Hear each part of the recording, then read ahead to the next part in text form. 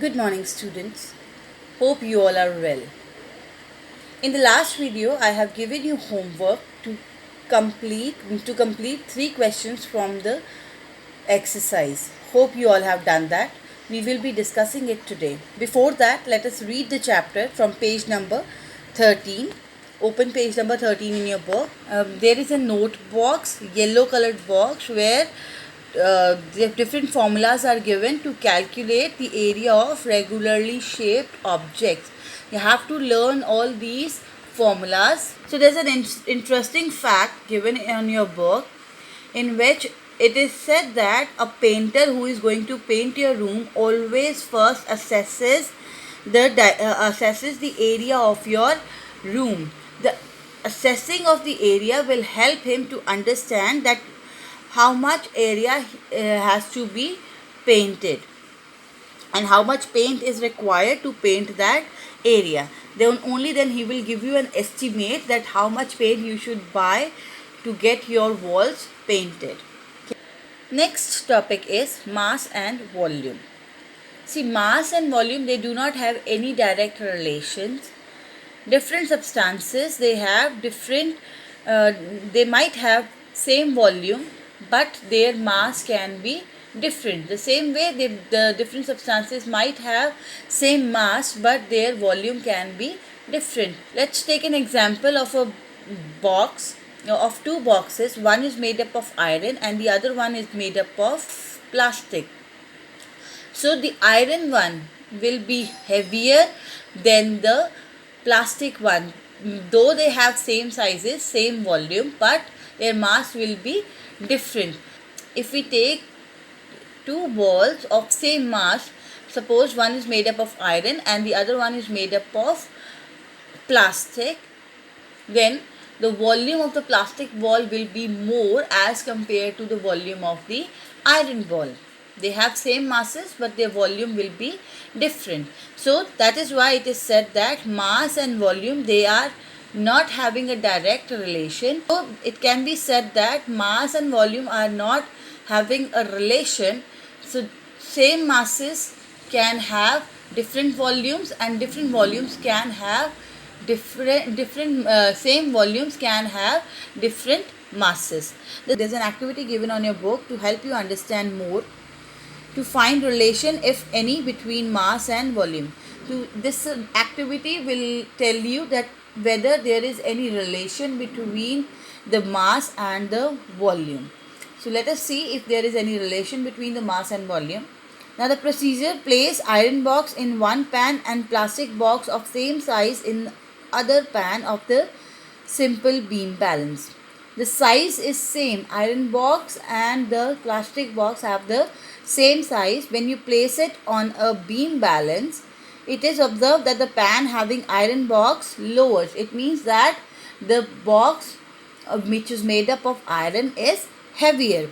Now place plastic ball in one pan and the iron ball of the same mass in the other pan. Now we have taken the balls of same mass.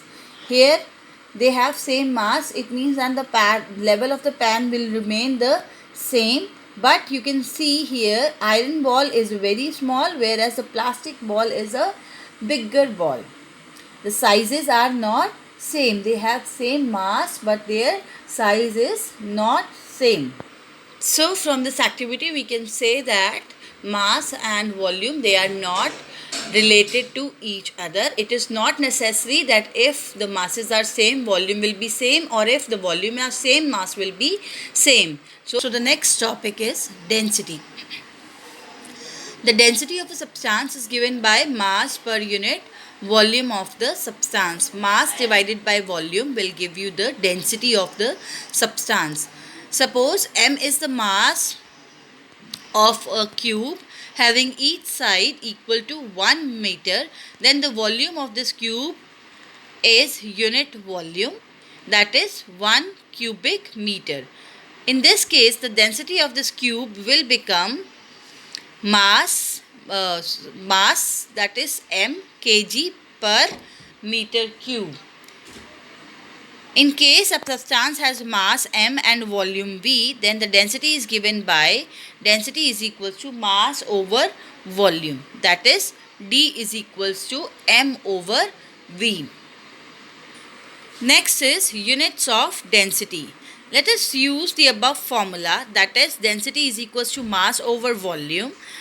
If mass of a substance is in kilogram, that is kg, and the volume in cubic meter, that is meter cube, then the unit of the density is kilogram over meter cube, that is kg per meter cube. So this is the unit of density.